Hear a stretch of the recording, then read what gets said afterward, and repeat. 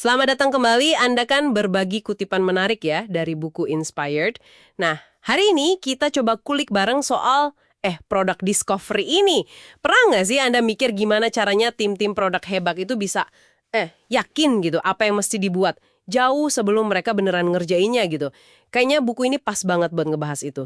Iya, betul. Intinya tuh soal gimana kita bisa validasi ide. Tapi sebelum sumber daya besar, waktu, uang, itu terlanjur dipakai.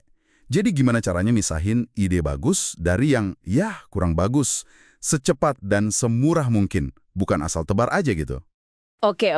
Jadi ini ada dua semacam jalur kerja utama ya yang jalan barengan. Ada discovery Betul. buat nemuin produk yang pas, sama delivery yang buat ngebangunin. Jalan terus ya ini, bukan urutan gitu. Persis.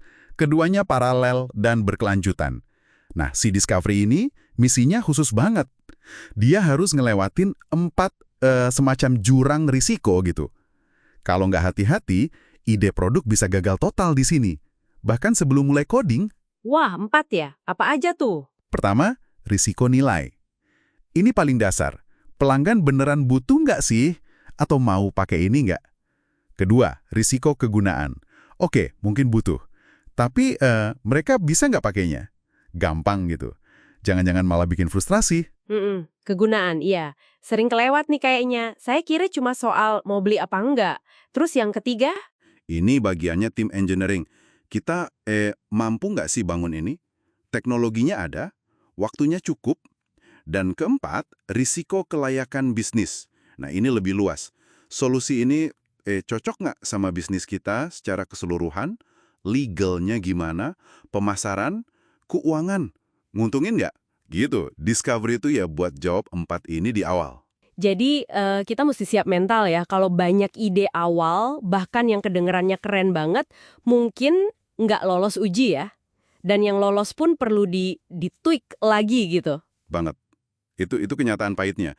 Banyak ide gagal, makanya buku ini nekanin banget validasi cepat dan murah. Jangan keburu nafsu bikin minimum viable product atau MVP yang mahal itu. Oh ya, MVP. Pakai prototype dulu. Nah, ini penting nih bedanya. Prototype itu alat belajar buat jawab pertanyaan di Discovery.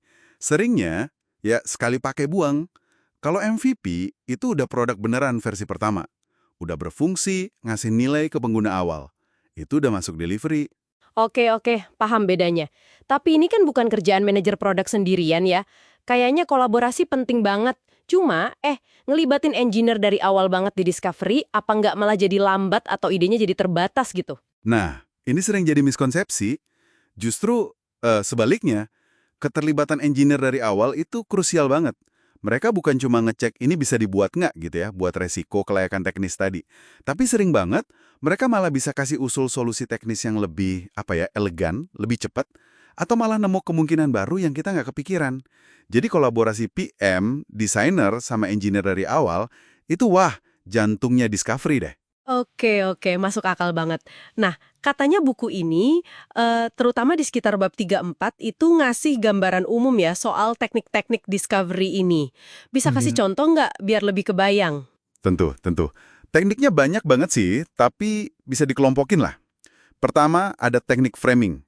Tujuannya biar semua orang di tim tuh satu pemahaman soal masalah atau peluangnya. Contoh paling gampang itu opportunity assessment. Jadi kita jawab bareng-bareng pertanyaan kunci. Masalahnya apa sih? Buat siapa? Gimana kita ukur suksesnya? Biar nggak salah arah gitu. Oke, framing dulu biar jelas tujuannya, habis itu baru cari ide solusinya gitu. Tepat.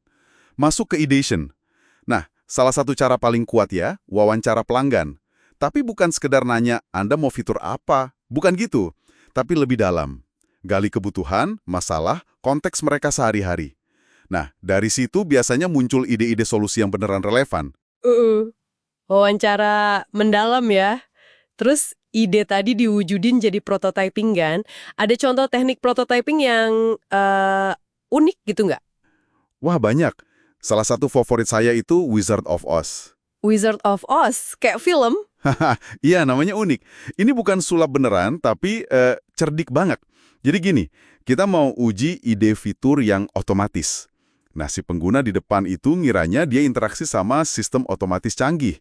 Padahal, di belakang layar ada orang kita yang ngerjain tugasnya manual. Oh, jadi pura-pura otomatis gitu ya? Betul.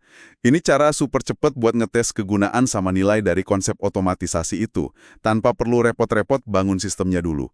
Hemat waktu, hemat biaya. Wah, cerdik banget. Oke, terakhir nih, pengujiannya gimana? Fase testing. Iya, fase testing. Di sini kita uji asumsi-asumsi kita pakai prototipe tadi. Misalnya, uji nilai kualitatif. Kita tunjukin prototipe ke calon pelanggan, terus lihat aja reaksinya langsung. Mereka antusias, bingung, atau biasa aja. Ini buat jawab resiko nilai tadi secara kualitatif.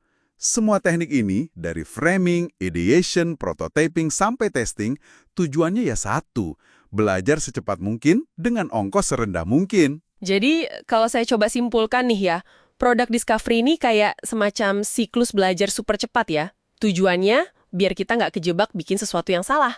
Entah itu nggak dibutuhin, nggak bisa dipakai, nggak bisa dibikin, atau malah nggak nguntungin bisnis. Persis, itu intinya. Ini bukan cuma proses di awal doang, tapi udah jadi mindset ya, pola pikir. Praktik berkelanjutan yang jadi kunci buat inovasi dan bikin produk yang benar-benar disukai pengguna, tapi juga sehat buat bisnisnya. Oke, jadi apa artinya ini semua buat Anda yang lagi dengerin? Produk discovery itu kayaknya lebih dari sekumpulan teknik ya. Ini soal mengubah cara pandang kita, berani nyaku kalau kita nggak tahu semua jawabannya di awal, terus ya merangkul ketidakpastian itu, dan fokus ke belajar dulu sebelum membangun gede-gedean. Nah, sebagai penutup nih, juga Anda renungkan sebentar. Apa ya satu asumsi paling dasar, paling fundamental yang jadi landasan kerjaan atau proyek Anda sekarang? Asumsi yang sebenarnya bisa Anda uji dengan cara cepat dan murah. Mungkin minggu ini juga, sebelum Anda melangkah lebih jauh lagi. Coba dipikirkan.